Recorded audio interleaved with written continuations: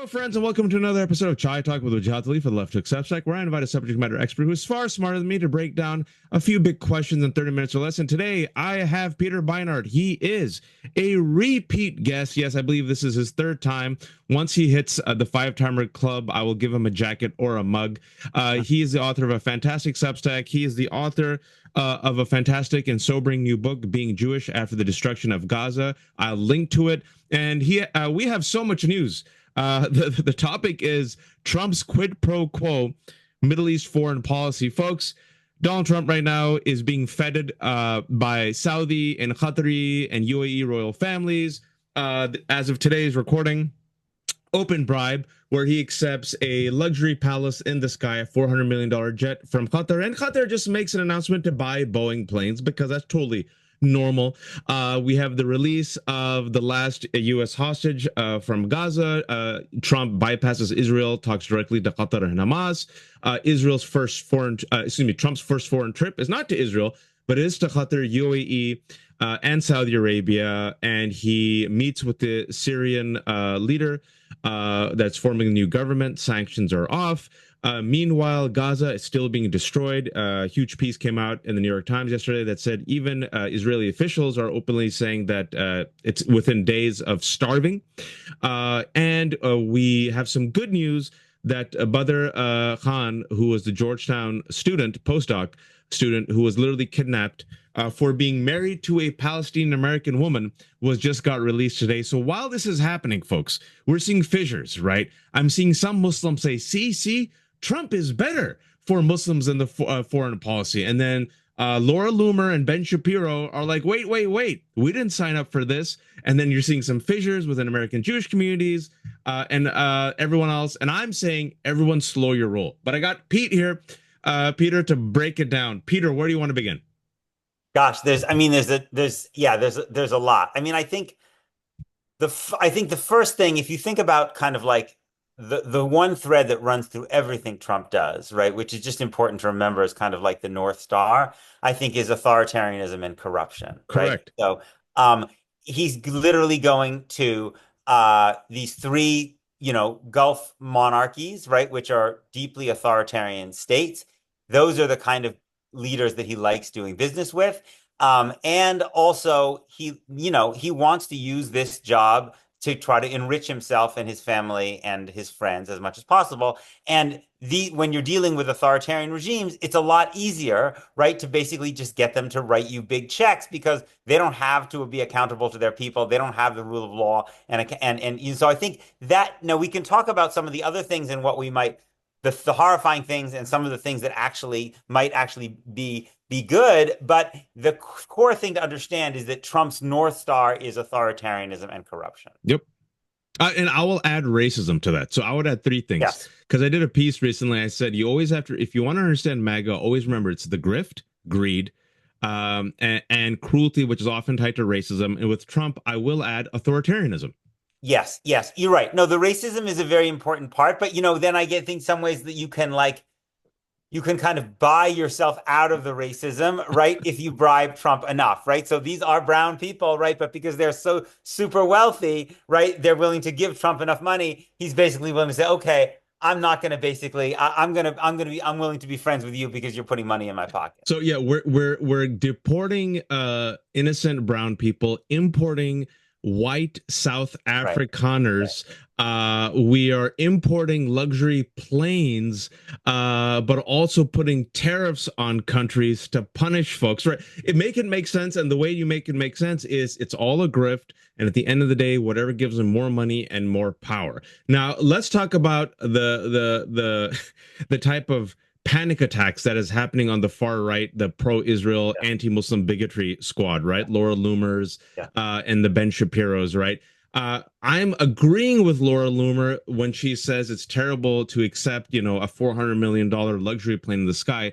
But the reason why she's so upset is because it's Qatar. And then yesterday she's talking about Muslim Brotherhood, and then Ben Shapiro is losing his mind. How is this playing out with the, if you will, the pro-Israel right, which thought, hey, Trump is our guy. We gave him money. We gave him support. Why is he stabbing us in the back? Right. Well, the Gulf countries are giving you even more money. I mean, I think it's worth distinguishing between the way the US deals with Palestinians and the way it deals with other countries in the Middle East. I mean, at the core of the tragedy for Palestinians is that they have no state, right? And when you have no state, you don't have power in the international system, right? And so you can be, you can be just destroyed. Have what's going on in Gaza, which many now I think understandably are calling a genocide. But so the United States, I don't think the Trump administration is deeply racist. He's called for expelling all Palestinians.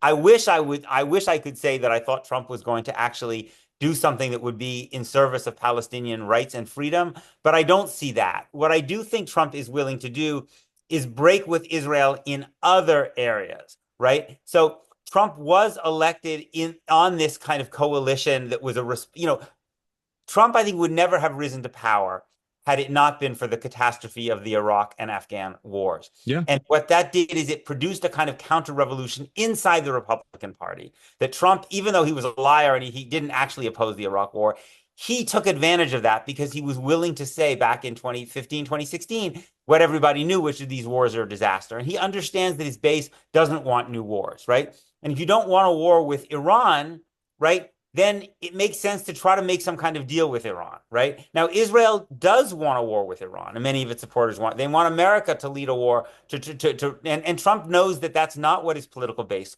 wants. He also likes the idea of deals that make him look good. He doesn't give a shit what the substance of the deals are, but he likes the idea of being a deal maker. So these things put him in conflict. With Syria, which is, I think, probably the best foreign policy decision of his administration. Now, it's I a agree. low bar because most of them are just horrifying. But this is actually something that's really good.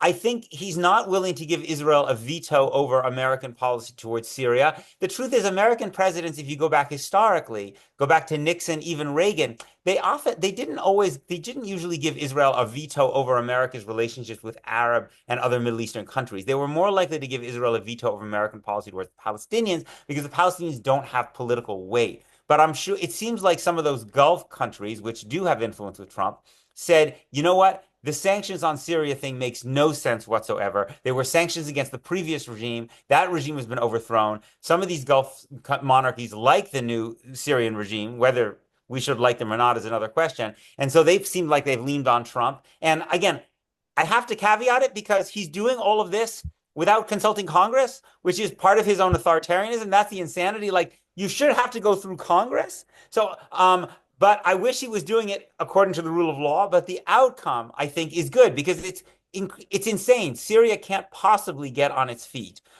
with these crippling U.S. sanctions. And and he praised President Ahmed al-Shara. He took a photo up with him. He removed the sanctions. He said he's a tough guy. He's asked them to join the Abraham Accords and normalize relations with Israel. Let's see what happens.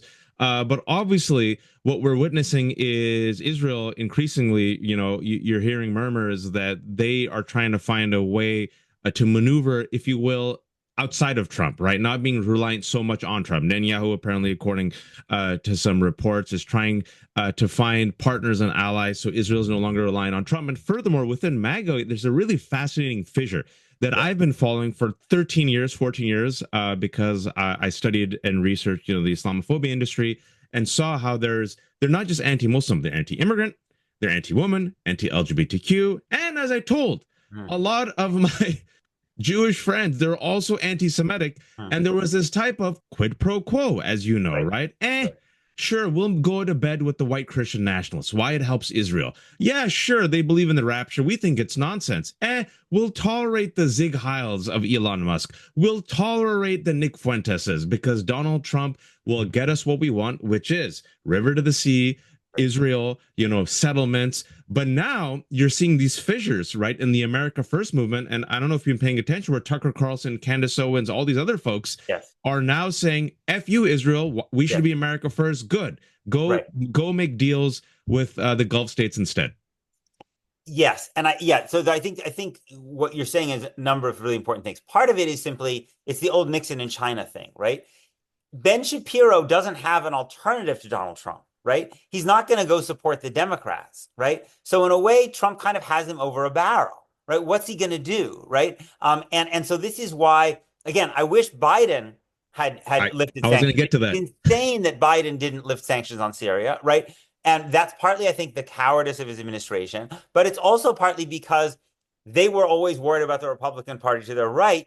Trump doesn't have that political worry. So that gives him greater political leverage. But I think you're also right in the way that the sense the pro-Israel position was one element of a larger interventionist foreign policy that most Americans in both parties don't support, right? I mean, and you see it even in the even though Israel is more popular among Republicans than it is among Democrats, the idea of giving unlimited weapons to a forever war in Gaza, a lot of Republicans, even if they don't care about Palestinians, right? Even if they are racist towards Palestinians, you can see why they wouldn't think that's a good use of US money. And so Trump, I think, is playing on that. And the problem is, as you say, is that on the one hand, so I want Republicans to play a role in challenging the unconditional U.S. support for Israel, because that unconditional support is what has led Gaza to be in ruins, right? Because we just keep giving Israel weapons no matter what it does. On the other hand, there is when one says that anti-Semitism, the overlap between anti-Zionism and anti-Semitism is much stronger on the right than on the left, And it's so right? pronounced. It's so open. It's so open, right? So on the left, I think most of the time the claim that anti-Zionism and anti-Semitism is wrong. Most of the people on the left are motivated by a vision of human equality that makes them have big problems with the Jewish state because it's an apartheid state.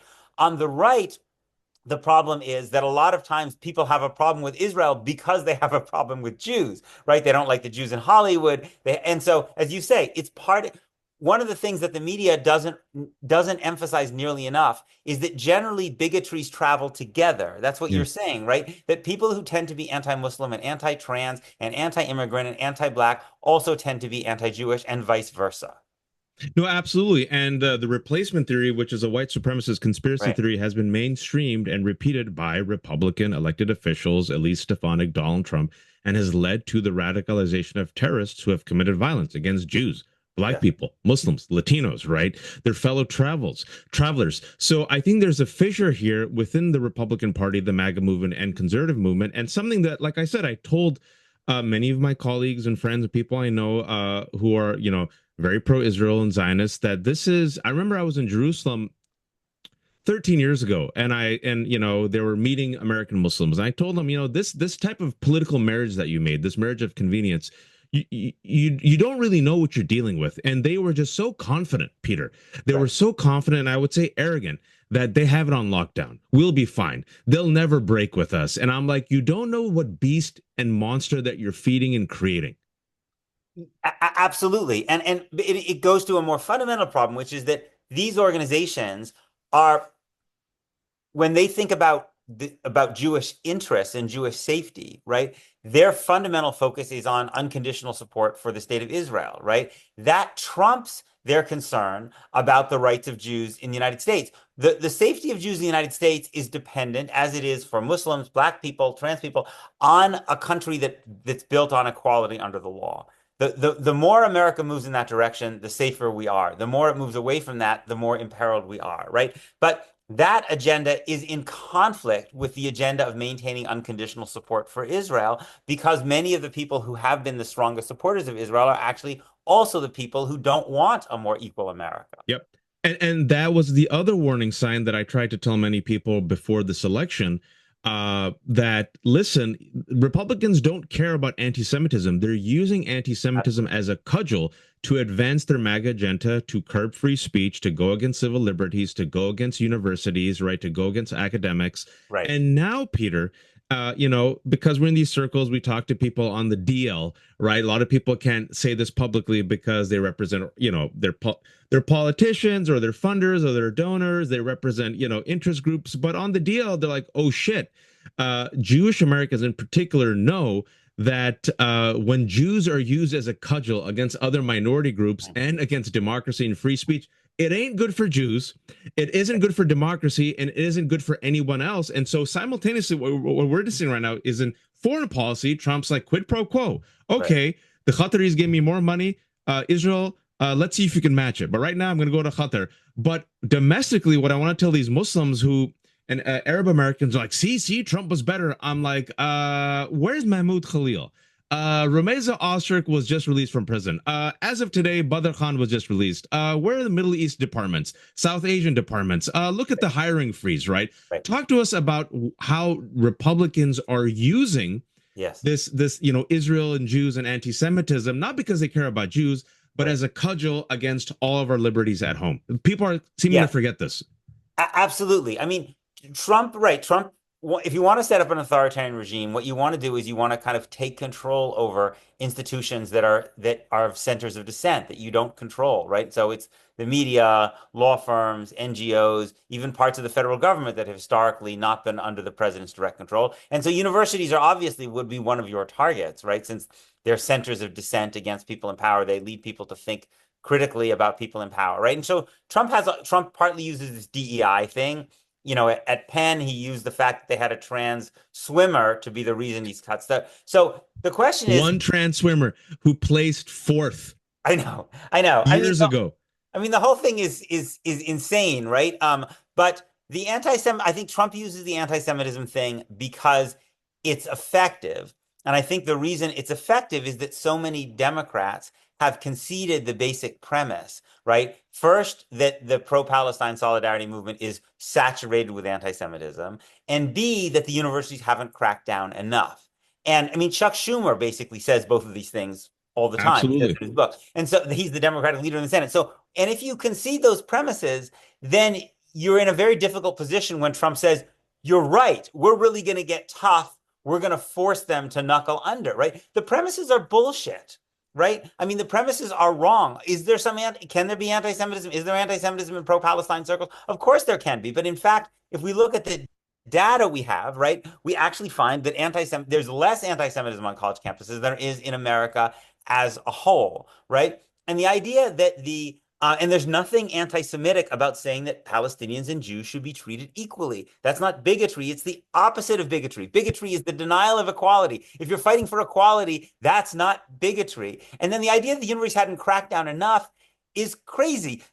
One university, they've been so much tougher than they were on, let's say, anti-apartheid protesters in the 1980s. University after university has called in the police, arrested tons of people, beaten up, had the police beat up people. Many of these universities have shut down Students for Justice in Palestine Yep. and Jewish Force for Peace. And then you're coming along and say they haven't cracked down. I mean, even if you go to a university, I mean, I've been to a few universities just in the last few months. It's amazing how different they feel from a year ago. They are so securitized now compared to a year ago. The idea they haven't cracked down enough is lunatic, right? But the Democrats, many of them have conceded this, which makes it hard for them to oppose Trump. And just look at Columbia University that openly invited, masked and anonymous police officers to just pretty much pick up.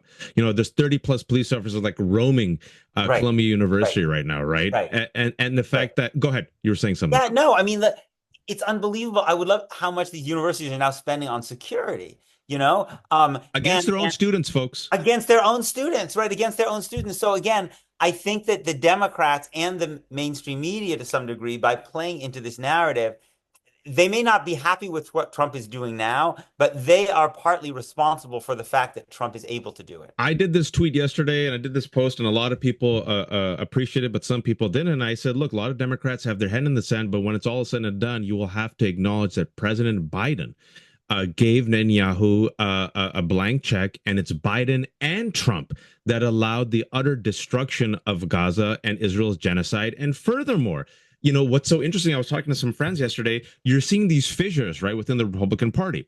The America First movement, some of them, they're MAGA. I don't know if you've heard them, Peter. It's amazing. Like they're MAGA, MAGA, MAGA. And then once you get to Gaza, they sound like you. Right. And then you're like, wait, what just happened? And then others sound like you and are anti-Semitic, like the Nick Fuenteses, right? But then you look at the Democratic establishment. Hakeem Jeffries yesterday parrots like what seems like APAC talking points, Yeah. mocking Qatar and talking about Iran being a threat, and like people are like, you do realize the largest military base is in Qatar, right? And they're still in 2025 going all in with the APAC pro-Israel establishment talking points. I know. And I just think the party the Democratic Party needs, it needs someone who is the antithesis of Trump in every way, but it needs someone who is like Donald Trump in this one particular way, right? Which is the willingness to at certain points to kind of not be policed, right? I mean, not be policed by these certain foreign policy beltway discussions, especially on Israel, which like are completely divorced from reality, right? I mean, it made no sense whatsoever for the United States not to negotiate with Hamas, right? I Why agree. the hell shouldn't we talk to Hamas? Do they have Hamas done horrible things? Yes, we negotiated with the fucking Soviet Union and communist China, right? You negotiate with really bad governments because you need to get stuff done, right? Or regime, right? So it made no sense. It made no sense to keep these sanctions, and it makes no sense in the world to continue giving Israel unconditional military support to a government that is blatantly wants to expel all the Palestinians from Gaza and entrench an apartheid system. And even people who don't care at all about the Palestinians, although they should, understand that we could be doing better things with that money.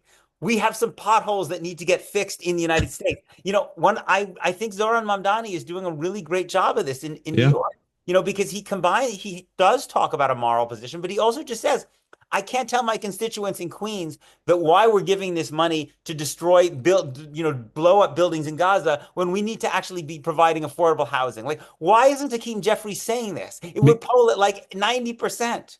And the fact that MAGA now has those voices, even though they're the worst voices, bringing Right. up these talking points shows you that there's fissures, right? And shows you that these talking points are gaining traction on the right, which are luring people to the right. And sometimes, unfortunately, they completely ignore, the lies, the corruption, the racism, and the authoritarianism. Yes. But you just don't see it right now with Democrats. And a Democrat still, the establishment Democrats, I lose followers over this. I'm like, you have to acknowledge, look, I give credit where credit's due, but I criticize President Biden for whatever reason, ideologically was blind. And now we know more and more that there was no pressure on Netanyahu. Every single red Right. line was crossed, right? Right. And then we know the YouGov poll said the number one reason why so many Democrats stayed at home was due to the genocide in Gaza.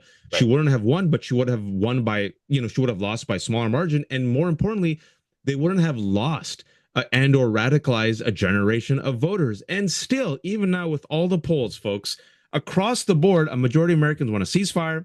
A majority of Democrats call it a genocide. It is completely unpopular. Gallup did a poll that came out a few weeks ago. I'm sure you saw that majority of Americans have a unfavorable opinion of Israel, like 54%. And Yes, still, Peter, I know.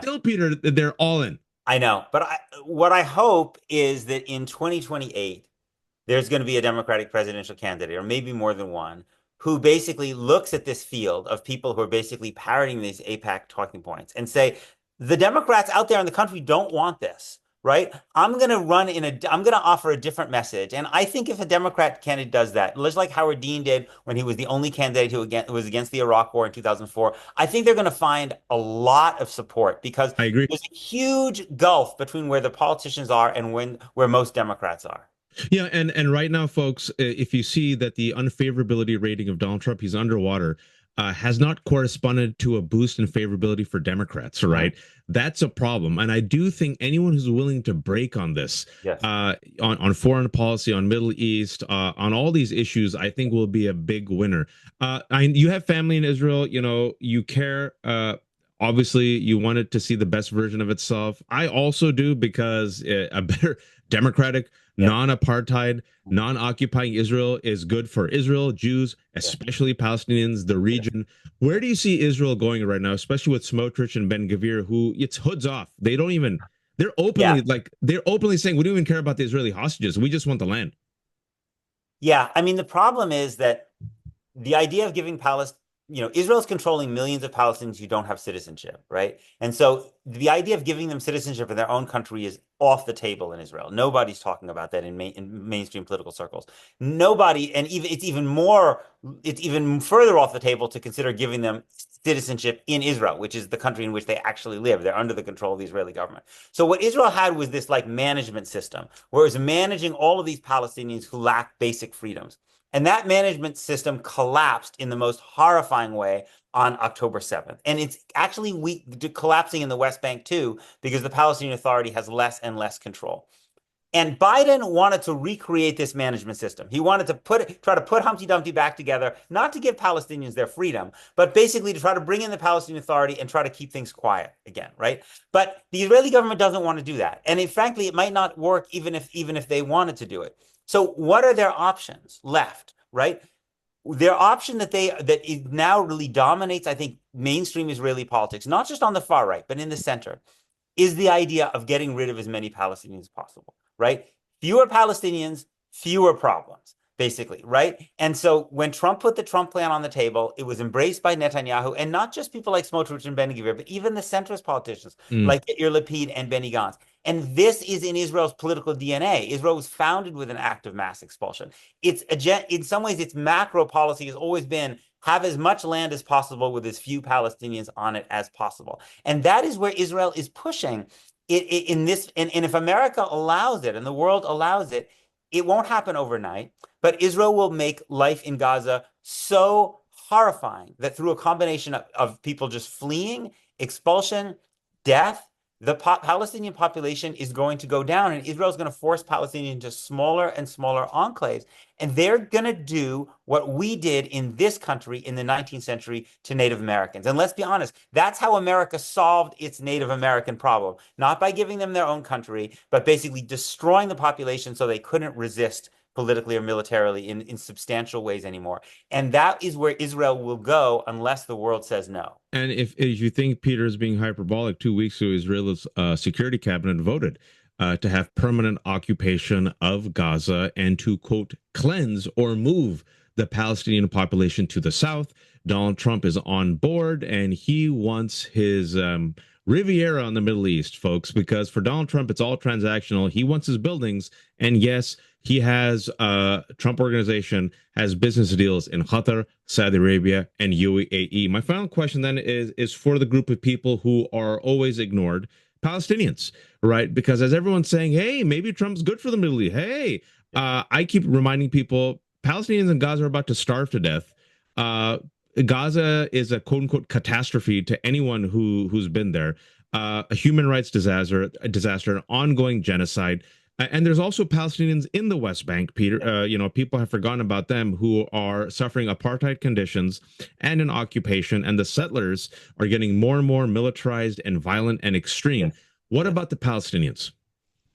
I mean, the problem is the Palestinians are because they don't have a state. No government looking, has to pay attention to them and has to actually be the only people who care about Palestinians really are people around the world who have a basic sense of right and wrong, who basically have a sense of an understanding that this is not the way you treat people. The people who are fighting for Palestinian rights in the United States are the same kind of people who were protesting against apartheid and protesting against the Vietnam War and protesting against abolition. I mean, it's those kind of people who just look out and say, my government shouldn't be treating people this way. We shouldn't be sending weapons. And so the question is, I think, can a movement build in the United States and around the world a moral movement, right, that changes U.S. policy and ends Israeli impunity? Because if Israel has impunity to do whatever it wants, it's going to continue to do this.